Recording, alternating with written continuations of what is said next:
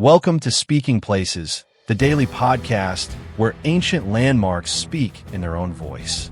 Some tell stories of glory, some whisper tales of sorrow, and all remind us that time never forgets. Today, we walk along the ridges of mountains, through mist and memory, to hear the voice of a wall that once tried to hold the world at bay. This is if the Great Wall of China could talk. Part 1. I rose from the stones and the dust. I was born from the earth, not in a single moment, not with a loud voice or a great light, but slowly, stone by stone, brick by brick, heartbeat by heartbeat. I did not arrive fully formed, and I was not always as long or tall as I am now. My body grew with the centuries. My soul was shaped by the people who walked across me, built me, guarded me, and even those who tried to destroy me.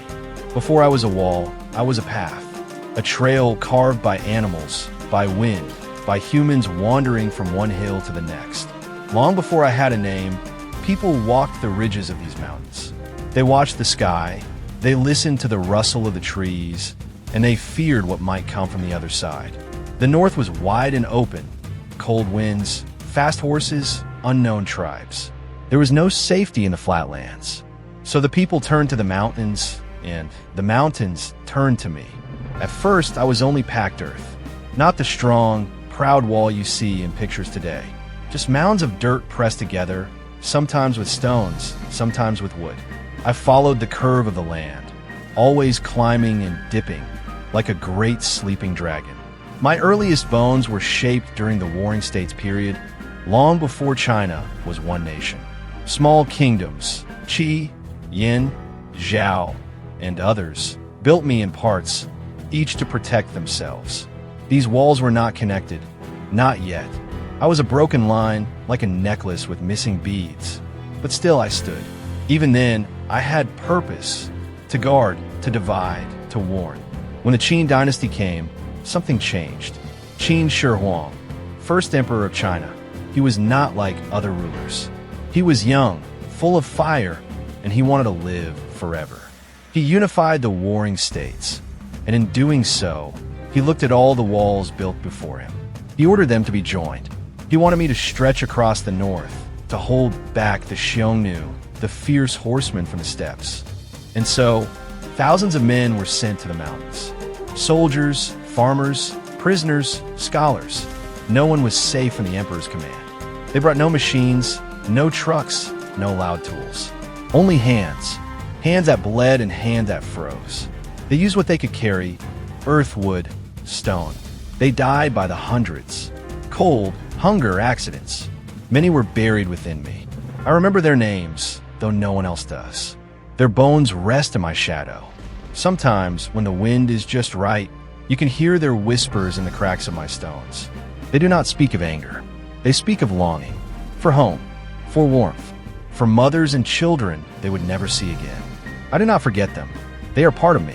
Over time, dynasties rose and fell. Each added to me or forgot me. The Han Dynasty pushed me further west. The Northern Way strengthened parts of me. But it was the Ming Dynasty that gave me much of the body you see today. The Ming emperors feared invasion. They had seen what the Mongols could do. They had lost the capital once, and they would not let it happen again. So they poured their wealth and energy into rebuilding me. Stronger, taller, wider. They used bricks, stone slabs, lime mortar. Towers were added. Watchtowers, beacon towers, gates. I became not just a wall, but a system, a network, a living thing. I stretched over deserts, mountains, rivers, through forest and fog, sun and snow. Over 20,000 kilometers. I was never truly one line. I branched, I overlapped, I curved like calligraphy across the land. Sometimes I vanished in sandstorms. Sometimes I rose above the clouds. And always I watched. I watched horsemen ride from the grasslands. I watched smoke rise from signal fires. I watched tired soldiers pacing under the moonlight, their armor creaking, their breath forming ghosts in the winter air. I watched children born in villages near my base. I watched them grow, play, climb on my stones. I watched some of them become guards. Some never returned home. I do not move, but I have seen the world change. I have seen battles, arrows flying, swords clashing, blood spilling into the dust. I have heard war cries echo across my length. I have felt the heat of fire against my stones. Sometimes I could do nothing. I am only stone. I cannot stop the will of men, but sometimes I slow them down. Sometimes I gave those behind me enough time to escape, to live another day. That too is purpose. And yet, there were long years, decades, even centuries when no one walked across me. The wars quieted. The kingdoms changed. I fell into silence. The trees grew closer. Birds nested in my towers. Rains are down my bricks. Grass cracked my path. I began to forget the sound of footsteps. But still I stood. Not because I was strong, but because someone, somewhere, still believed I mattered. Then, the world turned its eyes to me again. In the 20th century, travelers came, not to fight, but to see. They brought cameras, notebooks, backpacks. They pointed and asked questions. Who built this? Why? How long did it take? I heard many answers. Some were right, some were not, but I did not correct them. I was simply glad to be remembered. In 1987, UNESCO called me a World Heritage Site. That word, heritage, it meant I was no longer just a wall. I was memory. I was history. I was human effort carved into stone. And now, people come from all over the world. They climb my steps, run their hands along my sides, sit in my towers and breathe the mountain air. They take photos. They laugh. They sweat. They marvel. Some cry. I feel the tears hit my stone. They are warm, like the blood of the builders, like the breath of the guards. They ask me, "How did you last so long?" And I say nothing because I cannot speak. But if I could, I would say, I lasted because I was needed. I endured because people believed in me. I remember because someone must. I'm not perfect. Parts of me are gone, eroded, stolen, forgotten. But I remain. In villages, in hills, in memory. I'm a Great Wall. I was not built in a day, but I have stood for thousands. And I'm still here. They came from the north, fierce, free, and relentless. Tribes that rode the wind like it was theirs to command. I remember their shadows long before I ever took form. Long before stone met mortar and hands met earth to raise me. I was already an idea, born in fear, tempered in ambition. Back then, the land was fractured. Not a single China, but many states. The warring states, they called them. Constantly feuding, building, and breaking, shifting borders like tides. Each state built its own walls, short and sharp, like jagged teeth, trying to bite back threats. I was born from this instinct, scattered across the landscape in fragments. I was not yet the wall, but I was learning how to become one. Then came Qin Shi Huang, the first emperor. He was not a man content with pieces. He wanted unity, and he carved it from war. He crushed the other states under his banner and named himself the ruler of all under heaven. It was under his command that I began to stretch, to breathe, to become more than local defense. He connected those old walls, extended them, fortified them. He gave me length, strength, and a terrifying purpose, to keep the nomadic Xiongnu beyond reach. It was no small dream. I was to be a shield that ran for thousands of li, over mountains and through deserts. I watched as tens of thousands of men were dragged from their homes. Peasants, prisoners, soldiers. They labored under the sun and snow, cut stones, hauled earth, and laid my bones deep into the land. Some came never to return. Their sweat darkened the soil. Their cries faded into wind. Their bodies, many of them, were buried within me. I carry them still that I remember the sound of hammers echoing over mountain passes. The way torches flickered along scaffolding at night. The yelling of overseers, the groaning of ropes and pulleys. I was not built by joy. I was built by necessity and fear. And yet, in their effort, something greater emerged. Stone by stone, I was born, twisting like a sleeping dragon over the land. And from my towers, guards watched the horizon. Fire and smoke were our voices. If danger came, we'd speak in flame. One signal fire lighting the next, spreading news faster than any rider.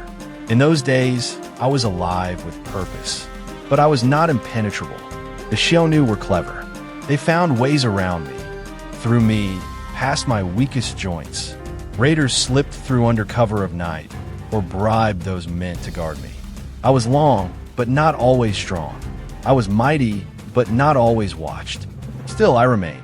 The emperor died, dynasties fell, but I stayed. I cracked, crumbled, and was rebuilt. With every new ruler, I was reshaped, sometimes neglected, sometimes honored. Through the Han Dynasty, the Jin, the Sui, I was extended, abandoned, revived again. I saw trade rise across my edges. The Silk Road blossomed in the distance, and caravans carried jade, porcelain, and secrets through passes I once defended. I saw monks head west with scriptures. I saw strangers ride east with spices. Always I watched. Always I stood. The people began to see me differently. No longer just a wall to block. I became a spine holding the land upright. I became a marker, dividing the known from the unknown, the settled from the wild. Parents pointed to me and told children stories of monsters beyond my stones. Lovers carved their names into my bricks, believing their promises would last as long as I did. But I'm older than promises. I am older than peace, and my work was not yet done. The wind runs over my stones like a gentle memory, sometimes cold, sometimes kind. It whistles across the ridges where once soldiers stood, wrapped in furs and silence, staring into the endless north. I remember the way they would huddle by small fires, breath like smoke in the dawn air, waiting for a danger that might never come. And yet, even in the quiet, the wall must stand. I must stand. That has always been my task. By the time the Ming Dynasty took power in the 14th century, I was not a single line on the land, but a scattered presence. Towers here, crumbling fortifications there, a whisper of stone across a sleeping continent. The Mongols, the steppe riders from the north, had taken Beijing and ruled for nearly a century as the Yuan Dynasty. But when they were finally pushed back, the new rulers, determined, organized, suspicious, looked to me. The old idea returned, not as a dream this time, but as a plan. So they began again, but not with mud and reeds, not with the hurried stacking of stones and hopes. No, this was different. This was ambition carved into mountains. The Ming emperors used bricks, real bricks. They brought engineers and artisans. They summoned armies not just of warriors, but of laborers, scholars, architects. The wall they envisioned was no longer just defense. It was demonstration of power, of reach, of control. I remember them. Tens of thousands of workers, pulling carts, hauling granite, carrying water up steep cliffs to mix mortar. They came from all over China. Farmers conscripted for months at a time, prisoners working off sentences, soldiers turned builders. I watched them sweat under summer suns and freeze in winter snow. Some sang as they worked. Others cursed. Many died. Yes, the stories are true. There were bodies buried in my foundations. Not as myth, not as metaphor, but as truth. They were not supposed to be. But when a man collapses from exhaustion 100 miles from home, and there is no road back, sometimes the mountain becomes his tomb. Sometimes I am his tomb, but I do not forget them. Even now, when tourists walk my paths with cameras and laughter, I remember the calloused hands that placed each stone. I remember the aching backs, the broken bones, the eyes that looked up toward the stars and wondered if their families would ever know what became of them. They were building something more than a wall. They were building legacy, whether they knew it or not. The Ming Wall, my new self, was taller than before. Thicker, smarter. Towers were spaced carefully, just within sight of one another, so smoke signals could travel fast along my spine. There were trapdoors, secret tunnels, hidden rooms. Some parts had stone staircases so steep they seemed to rise into the sky. Others were smooth ramparts where horses could gallop at full speed. It was no longer a line to keep invaders out. It was a system, an organism of defense. Along my length, they built barracks, armories, watchposts. I became a small city that stretched across mountains and rivers, threading through deserts and forests. I became the great divider, the great unifier. I stretched thousands of kilometers, over 20,000, they say now. A ribbon of vigilance across the northern edge of China. But no matter how long I grew, the land always tested me. Sometimes it was earthquakes. Mountains trembled beneath me, and my towers cracked. Sometimes it was storms. Rain washed mortar from my joints. Wind wore down my battlements. And always there were people, those who climbed me, chipped at me, stole my bricks to build their homes. Yet I endured, because they made me to endure. The Ming emperors watched from Beijing, their city of walls within walls, their palace of silence and power. They sent patrols to march along me, boots striking stone like a heartbeat. They kept records, so many records, of who built which section, of what was spent, of what was gained.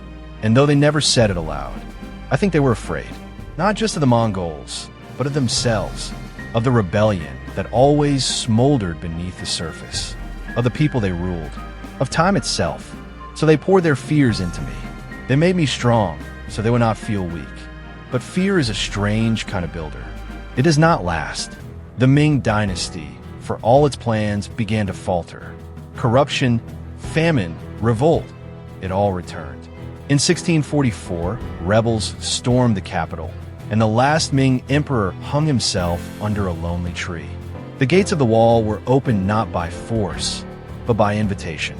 The Manchus from the northeast were allowed through by a general who had lost faith in his cause. I watched them ride past me, through the Shanhai Pass, where I meet the sea. They barely looked at me. I was no longer an obstacle. I was a road. The Qing dynasty took over, and for a time, I was forgotten. They had come from beyond my northern edge, these new rulers. To them, I was not a shield but a memory. They cared more for trade than for barriers, more for diplomacy than for stone. Yet still I remained.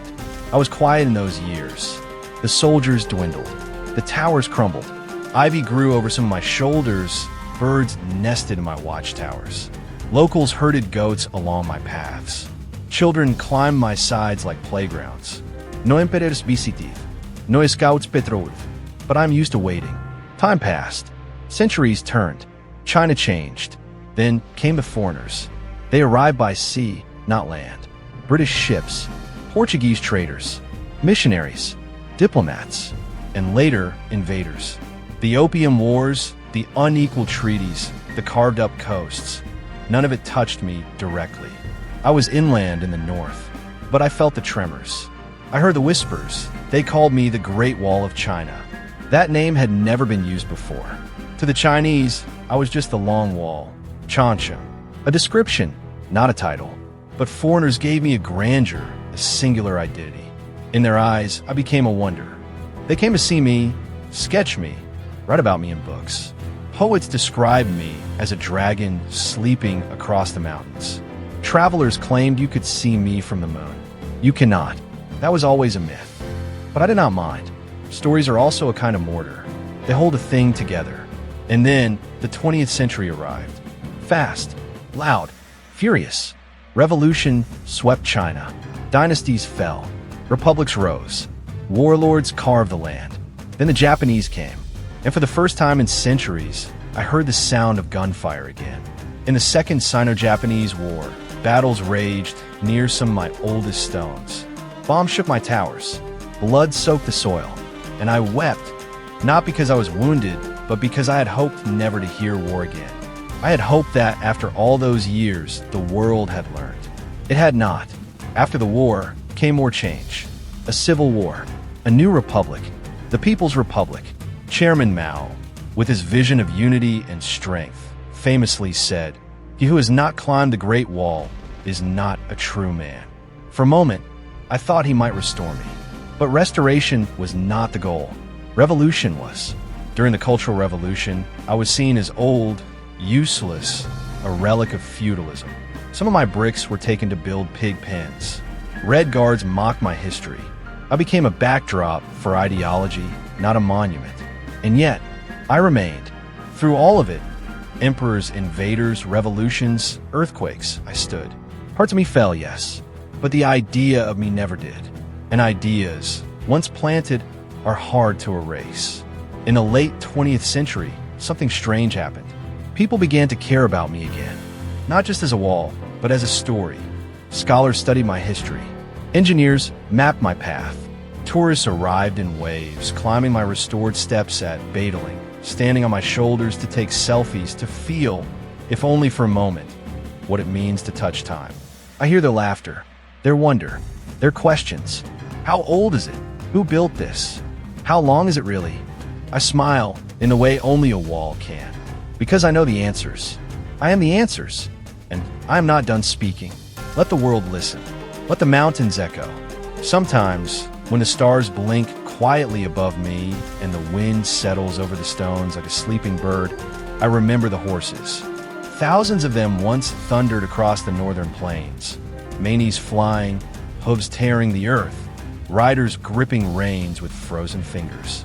They came from the north, from the steppes where winters bite deep and silence stretches across the land like a shroud. And with them, fear came, not because they were monsters, but because they were hungry for land, for power, for something to call their own. And so I rose, stone by stone, watchtower by watchtower, mile after mile. I was laid out like a giant spine across the hills. I was meant to hold them back, to say, this far, no further.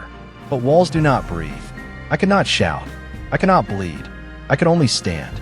The soldiers who guarded me did the rest. Poor boys from villages you'll never hear of, called away from their families to watch the wind blow dust against my face. They shivered in the cold, shared rice and stories by firelight, and stared into the dark, hoping not to see movement.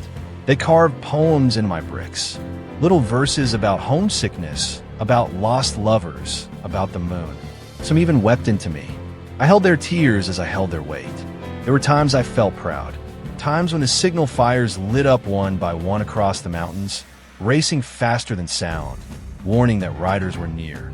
I watched the garrison spring to life, flags snapping, arrows notched, voices sharp with command. And for a moment, just a moment, I felt like I had a purpose beyond stone. But there were other times when the riders broke through, when they slipped past my weakest places like wind through cracks. Times when villages burned and smoke rolled over my back like grief. When I failed, you might think that would destroy me, but walls learn to endure failure, because I'm not just one line of defense. I am thousands, built by emperors across dynasties, Qin, Han, Ming, each adding to me, reshaping me, extending me. I'm not a single wall. I am many. In my bones live centuries of labor, countless hands that never saw the final curve of the horizon. The peasants who dragged stones up slopes so steep they could hardly breathe. The prisoners who collapsed before laying a single brick. The soldiers who died not in battle, but in mudslides, accidents, and hunger. Some say I consumed 1 million lives, maybe more, that I am the world's longest grave. Perhaps, but those lives, they built something that outlived them all, something you can still walk upon, something that snakes across deserts and mountains, through clouds and pine forests, whispering the memory of each name lost to time. I wonder if they could see me now from a satellite in space, from the photos tourists take, from the way children run laughing along my curves. Would they think it was worth it? Would they forgive the emperors? Would they forgive me? I've carried so much, but the burden of those questions weighs heavier than any stone. Still, I remain, because that is what walls do. And in staying, I've witnessed the shifting tide of history. I've seen conquerors ride past me and vanish in a legend. I've seen dynasties rise in gold and silk and fall in blood and fire. I've watched traders come with spices and silver, monks with scrolls and questions, musicians with strange songs that floated into my cracks. Yes, even music reached me. Once there was a flute player. He came with a caravan, a quiet boy who kept to himself, always staring at the sky. At night, when others slept, he would climb a tower and play. I don't know the tune, but it was soft, full of longing, like someone trying to speak across centuries. That sound, it stayed in my stones. Even now, sometimes, when the wind moves just right, I swear I hear it. You see, I'm not only made of mortar. I'm made of memory, of grief and glory, of warnings whispered in the dark. And even now, though the soldiers are gone, though the empire has passed into dust, I still hold the line. Not against invaders anymore, but against forgetting. because I know what people can do when they're afraid, and I know what they can build when they believe. So when you walk my length, pause. Listen, not just for history's footsteps, but for your own, because you too are building something. And time, like me, never forgets. The snow came quietly that year. No horns, no cries, no hurried footsteps, just a hush that blanketed everything. The kind of silence that makes even stone feel soft. It settled on my shoulders first, cold and clean, then crept into every crack between my bricks like a gentle sigh from the sky. The guards had already left. It was after the final garrisons were dismissed, after the dynasties fell, after the emperors stopped sending orders. There were no more watchmen pacing my towers, no horses tethered to the outposts, no fires lit in mourning. Only birds now, crows, swallows, falcons, and the wind. Always the wind. I was abandoned. Not suddenly. History never ends all at once. It fades, a little more each day. First came the silence, then the moss, then the villagers creeping up in search of bricks to build homes, ovens, walls of their own. I do not blame them. I was built with their ancestors' blood. Perhaps it was only right they reclaim some of what they gave. But as they chipped me apart, stone by stone, they never looked me in the eye. I was too big for guilt, too old for anger. So I let them take what they needed. Let their hands pick pieces of emperors from my sides and carry them into the valleys. Let their children walk upon me without knowing my name. Let them plant seeds where centuries once stood, tie goats where soldiers once slept. And I listened to the rhythm of footsteps that changed from marching boots to bare feet, to the clatter of grain buckets, to lullabies sung in dialects I once kept out, to laughter. Yes, even that. You might think that would sting, but laughter is lighter than arrows, softer than war drums. And after centuries of blood, I welcomed it like spring after a bitter winter, because I was changing, not falling, not yet, but transforming. Time has a way of carving even the strongest stone into something new. Rain smooths what was once sharp. Roots push through what was once firm. And memory softens. Even pain. I no longer remember every name etched into me. Some were erased by wind, others by war. Some simply vanished because no one came to speak them aloud. That is the final death, to be forgotten. But some things endured. One morning, long after the armies were gone, a child came running up my spine. She couldn't have been more than 6. Her cheeks were red with wind, and she laughed. Oh, how she laughed, as she chased a ribbon that danced behind her in the breeze. Her grandmother followed slowly, out of breath, shouting for her to be careful. But the girl didn't listen. She ran and ran, arms outstretched, until she reached a tower that once held archers.